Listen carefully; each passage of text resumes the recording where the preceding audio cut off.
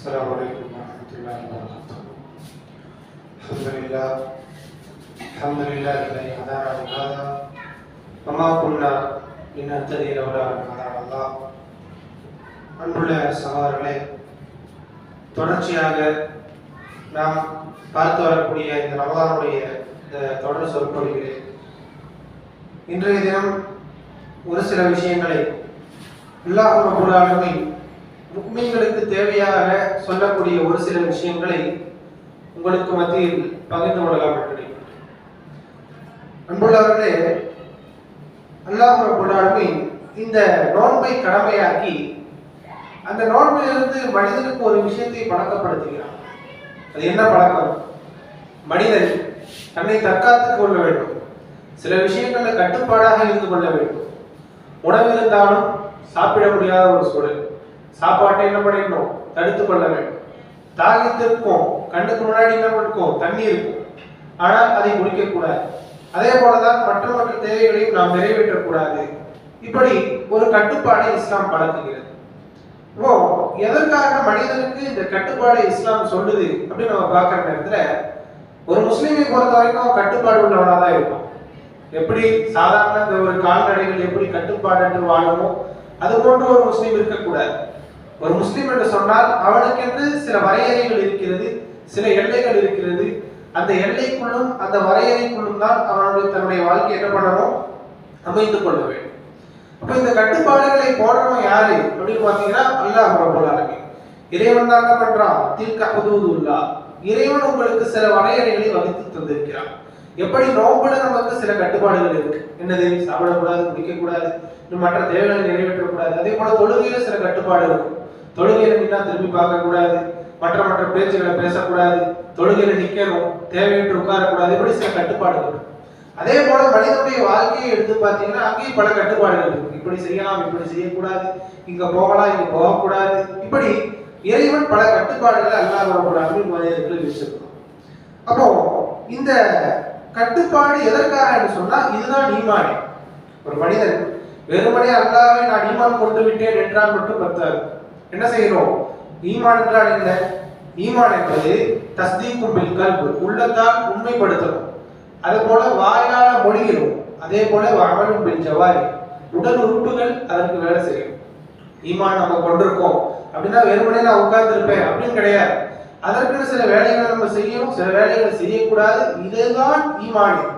ஈமான் கொண்டு அல்லாஹ்வை நான் நம்பிக்கை கொண்டு விட்டேன் என்று சொன்னால் இறைவனை வெறுமனே நாம் நம்பிக்கை கொண்டால் மட்டும் பத்தாது, அதை நம் நாவால் சொல்ல வேண்டும். அதே போல நம்முடைய உடல் உறுப்புகள் அவனுடைய கட்டுப்பாடு இணங்க, அவனுடைய கட்டளை இணங்க செயல்பட வேண்டும் என்பதை இஸ்லாம் நமக்கு சொல்லி காட்டுவதை பார்க்கிறோம். ஆனா மனிதனுடைய உள்ளம் எப்படி படைக்கப்பட்டிருக்கு அப்படின்னா கட்டுப்பாடுகளை உடைக்க சொல்லும். மனிதனுடைய உள்ளம் தான் சொன்னோம், கட்டுப்பாடுகளை உடைக்க சொல்லும். இந்த பெட்டியை திறக்க வேண்டாம் அப்படின்னு ஒரு பெட்டி வச்சிருக்காங்கன்னா முதல்ல அதை திறந்து பார்க்க தான் தோணும். இந்த இடத்துக்கு போகாதீங்க அப்படின்னா அந்த இடத்துல என்ன இருக்கும் அப்படின்னு மனிதனுடைய அந்த உள்ளம் அந்த கட்டுப்பாடை எப்படியாவது உடைச்சிடலாமா, அந்த பேரியரை உடைச்சிடலாமா அப்படின்னு பார்க்கும். எந்த அளவுக்கு பாருங்க, அல்லாஹ் ரப்பல் ஆலமீன் ஆதமை படைக்கிறான். ஆதமை படைத்தவுடன் ஆதம் அலைஹிஸ்ஸலாம் படைக்கிறான். படைச்ச உடனே ஷைத்தான் வந்து அப்படியே அவரை சுத்தி பார்க்கறான், அந்த உள்ளத்தை பார்க்கறான். பார்த்த உடனே அவனுக்கு தெரிஞ்சிருச்சு இந்த உள்ளத்துக்கு வந்து கட்டுப்பாடு கிடையாது. இந்த உள்ளம் என்பது தன்னைத்தானே கட்டுப்படுத்திக் கொள்ள முடியாத ஒரு உள்ளம் என்பதை அந்த ஷைத்தான் புரிகிறான். பார்த்த உடனே புரிகிறான், இந்த மனிதனால் தன்னைத்தானே கட்டுப்படுத்திக் கொள்ள முடியாது. என்னதான் கட்டுப்பாடோடு இருந்து விட்டாலும் ஒரு நேரத்தில் இல்லாட்டி ஒரு நேரம் என்ன பண்ணிடுவான், மனுஷன் கட்டுப்பாட்டை மீறி விடுவான் என்பதை பார்க்கிறான். அப்போ மனிதனுடைய உள்ளம் என்பது கட்டுப்பாடை தகர்க்க, வரையறைகளை தாண்டதான் சொல்லும். ஆனால் ஒரு முஸ்லிம் என்ன நினைக்க வேண்டும், என்னுடைய உள்ளம் என்னுடைய கட்டுப்பாட்டை உடைக்க நினைத்தாலும் இறைவன் எனக்கு இந்த விதியை விதிச்சிருக்கான், இறைவன் இந்த தடையை போட்டிருக்கான், இறைவன் இந்த கோட்டை போட்டிருக்கான், அந்த கோட்டை நான் தாண்டக்கூடாது என்று ஒரு முஸ்லிம் இருக்க வேண்டும். ரசூலுல்லாஹி ஸல்லல்லாஹு அலைஹி வஸல்லம் சொன்னாங்க பாருங்க, அல் ஹலாலு பையினும், அதாவது ஹலால் என்ற விஷயங்கள் தெளிவா இருக்கு. அதே போல அல் ஹராமு பையினும், ஹராமான விஷயங்கள், தடுக்கப்பட்ட விஷயங்கள் அதுவும் தெளிவான, எந்த டவுட்டும் கிடையாது. ஆனால் பைனஹுமா உமூருன் முஸ்தபிஹாத், அந்த ரெண்டுத்துக்கும் மத்தியில சில விஷயங்கள் இருக்கு, அதை யாருக்கும் தெரியாது. இந்த ஹராமா ஹலாலா டவுட்டா இருக்கும். அந்த மாதிரி விஷயங்களை யார் தவிர்த்து கொள்கிறாரோ அவர் ஈமான பாதுகாத்துக்கிட்டார். அதே போல அந்த விஷயத்துல யார் போய் ஈடுபடுறாரோ அவர் தன்னை சோதனைக்கு உட்படுத்தி கொண்டார்.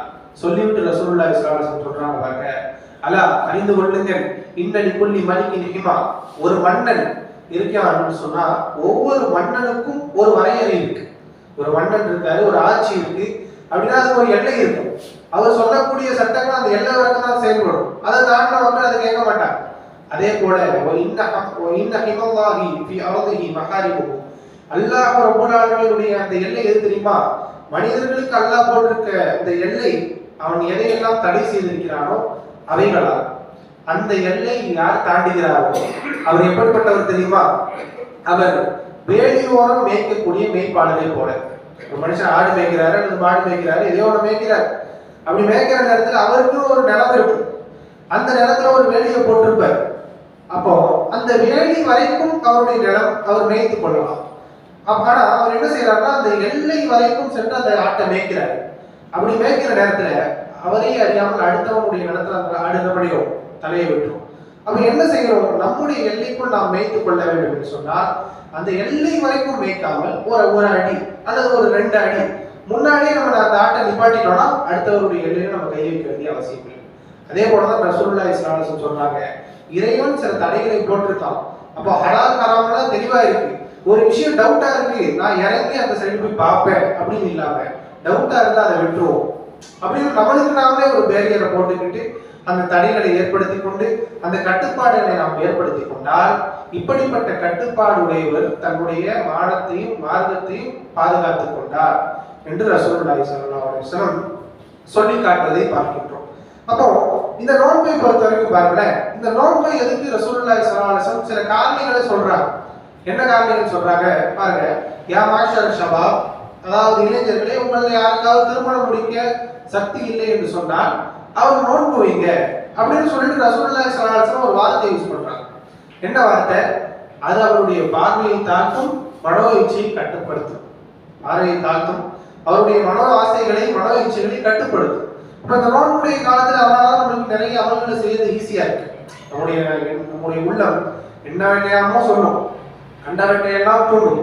ஆனால் இந்த நோன்புடைய காலத்துல பாத்தீங்கன்னா நம்மளுக்கு தொழுகிறது அல்லது மற்ற அமல்கள் செய்கிறது மற்ற காலத்துல விட கொஞ்சம் ஈஸியா இருக்கும். காரணம், இந்த நோன்புடைய காலத்தில் உள்ளம் என்பது ஒரு கட்டுப்பாடுக்கு பழகிக்கொள்ளும். அப்போ இந்த நோன்பு என்பது நமக்கு ஒரு கட்டுப்பாட்டை பழக்குவதை போன்று அந்த கட்டுப்பாட்டை நம்முடைய வாழ்க்கை பூராக அமைத்துக் கொள்ள வேண்டும். இறைவன் ஒரு தடையை போட்டிருக்கானா அது கண்டிப்பா என்னுடைய நன்மைக்கு தான் போட்டிருப்பான்.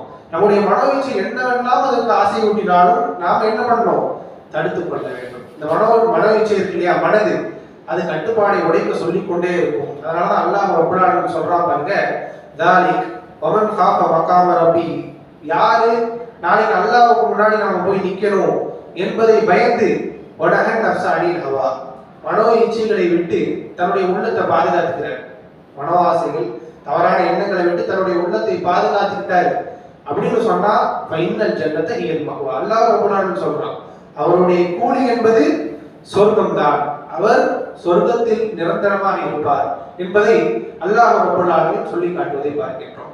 அப்போ இதனுடைய சுருக்கம் என்னவென்று சொன்னால், மனிதனுடைய உள்ளம் கட்டுப்பாடுகளை உடைக்க சொன்னாலும் ஒரு முஸ்லிம் நான் இறைவனுக்கு பயந்தவன்.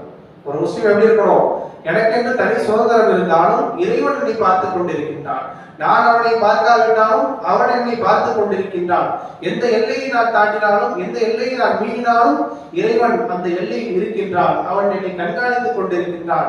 அவனுக்கு வைத்து என்னுடைய வாழ்க்கையில் இந்த கட்டுப்பாடுகளை நான் அமைத்துக் கொண்டேன் என்று சொன்னால் வறுமையில் எனக்கு எந்த ஒரு கட்டுப்பாடும் கிடையாது.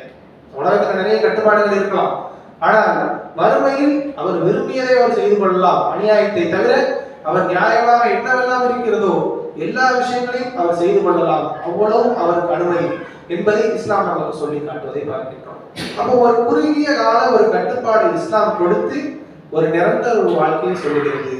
இந்த கட்டுப்பாடை நாம கொஞ்சம் அடக்க ஒடுக்கமா அடக்கி கட்டுப்பாடாக வாழ்ந்துட்டோம்னா நம்முடைய வறுமை வாழ்க்கை என்பது நிச்சயமாக வெற்றி.